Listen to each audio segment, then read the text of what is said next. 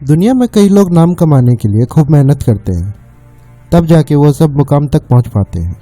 पर कई लोग अपना नाम कमाने के लिए मेहनत को छोड़कर गलत काम करने लग जाते हैं। आज की कहानी ऐसे ही अपराधी के ऊपर है जिसने अपनी हैवानियत से इतिहास के काले पन्नों पर अपना नाम लिखवा दिया था। और सबसे हैरान करने वाली बात यह है कि इस अपराधी का सिर 180 सालों से एक कांच की बोतल में संभाल कर रखा गया है। पर ऐसा क्यों किया गया, चलिए जानते हैं इस कहानी में।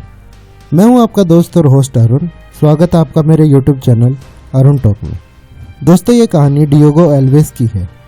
डिएगो का जन्म 1810 में स्पेन की गैलिसिया में हुआ था।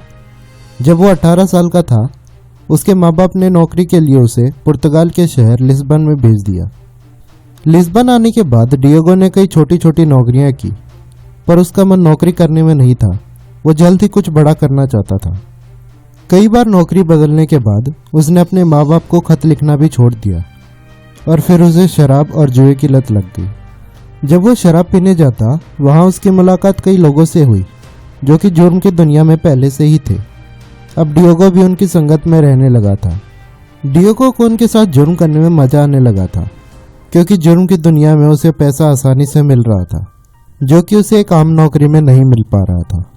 डिएगो ने अपने जुर्मों को अंजाम देने के लिए लिस्बन के एक 60 मीटर ऊंचे पुल को चुना, जो कि एक नहर के ऊपर बना था। ये पुल लिस्बन का मेन पुल था, जिससे लोग लिस्बन में आते जाते थे। डिएगो को इसी बात की तलाश रहती कि कौन अकेला आदमी इस पुल से गुजरता है, और वो उन पर हमला करके उनके सारे पैसे छीन लेता और उसे पुल से नीचे गिराकर मार देता। और जो कोई भी उसे पैसे नहीं देता या उसका विरोध करता, डिएगो उसे चाकू मारकर नहर में फेंक देता ताकि उसकी पहचान ना हो पाए। डिएगो ऐसे ही लोगों से लूटपाट कर उन्हें मार देता, पर वो कभी पकड़ा नहीं जाता।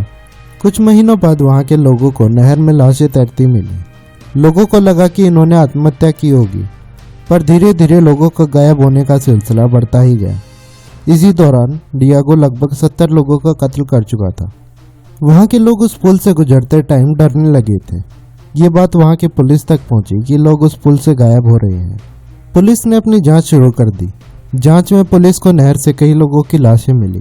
शुरू में पुलिस को लगा कि लोगों ने आत्महत्या की होगी, क्योंकि लाशों से किसी प्रकार के घाव के निशान नहीं मिले थे। पर बाद में पुलिस को कुछ और लाशें मिली जिनके शरीर पर चाकू से हमले के निशान थे। तब पुलिस को यकीन हुआ कि यह आत्महत्या के नहीं, हत्या के मामले हैं। पुलिस ने कातिल को पकड़ने के लिए जांच शुरू कर दी। पुलिस ने सबसे पहले उस पुल को बंद किया ताकि कोई और हत्या ना हो पाए। डिएगो पुलिस की जांच को देखकर कहीं और रहने चला गया ताकि वह पकड़ा ना जाए। पुलिस ने कई जुर्म करने वालों को पकड़कर उनसे पूछताछ भी की, पर पुलिस डिएगो तक नहीं पहुंच पाई। कई महीनों की जांच के बाद पुलिस ने डिएगो को ढूंढना बंद कर दिया। जैसे ही डिएगो को पता चला कि अब पुलिस शांत हो चुकी है, तो वो वापस शहर में आ गया। और इस बार डिएगो ने अपनी एक गैंग बना ली और कई हथियार भी खरीदे ताकि और पैसा लूट सके। डिएगो अब अपनी गैंग के साथ मिलकर पैसे वाले लोगों को लूटने लगा और लूटपाट करके लोगों की हत्या कर देता।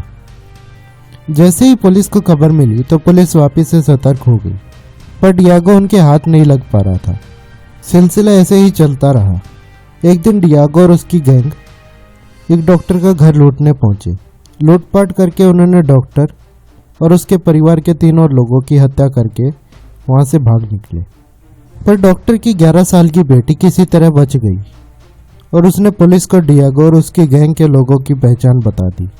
पुलिस ने डिएगो और उसके गैंग के लोगों के फोटो बनवाकर पूरे शहर में छपवा दिए ताकि वह पकड़ा जाए। पुलिस को किसी तरह डिएगो के अड्डे का पता चल गया, तो पुलिस ने डिएगो और उसकी गैंग के लोगों को उसके अड्डे से पकड़ लिया और जेल में डाल दिया। पुलिस डिएगो को कोर्ट में लेकर गई। वहां डॉक्टर की 11 साल की बेटी ने डिएगो और उसके गैंग के लोगों को पहचान लिया और उनके खिलाफ बयान दिया। डिएगो ने भी कोर्ट में अपने सारे किए कत्ल और जुर्म कबूल लिए। कोर्ट ने डिएगो को 17 कत्ल के जुर्म में फांसी की सजा सुनाई। 19 फरवरी 1841 में 31 साल की उम्र में डिएगो को फांसी लगा दी गई। लेकिन उस टाइम में पुर्तगाल के वैज्ञानिक फ्रेनोलॉजी यानी मस्तिष्क विज्ञान पर खोज कर रहे थे, तो वैज्ञानिकों ने कोर्ट से अपील करी कि फांसी लगाने के बाद डिएगो का सिर विज्ञान की खोज के लिए दिया जाए। जिससे वैज्ञानिक डियागो के सिर पे खोज करके ये पता लगा सके कि उसके दिमाग में ऐसा क्या चल रहा था जिससे वो इतने लोगों को मार रहा था। कोर्ट ने वैज्ञानिकों की मांग मान ली और फांसी के बाद डियागो का सिर वैज्ञानिकों को सौंप दिया। वैज्ञानिकों ने डियागो के सिर को केमिकल के साथ एक कांच की बोतल में लैब में रखवा दिया, लेकिन ये किसी को नहीं पता चला कि उस पर क्या खोज की गई। लेकिन आज 180 साल बाद भी डियागो के सिर को लिस्बन की यूनिवर्सिटी में सुरक्षित रखा गया है। कैसी लगी दोस्तों कहानी कमेंट में लिखकर जरूर बताएं। मिलते हैं एक नई वीडियो के साथ, तब तक के लिए अपना और अपने का ध्यान रखिए। धन्यवाद।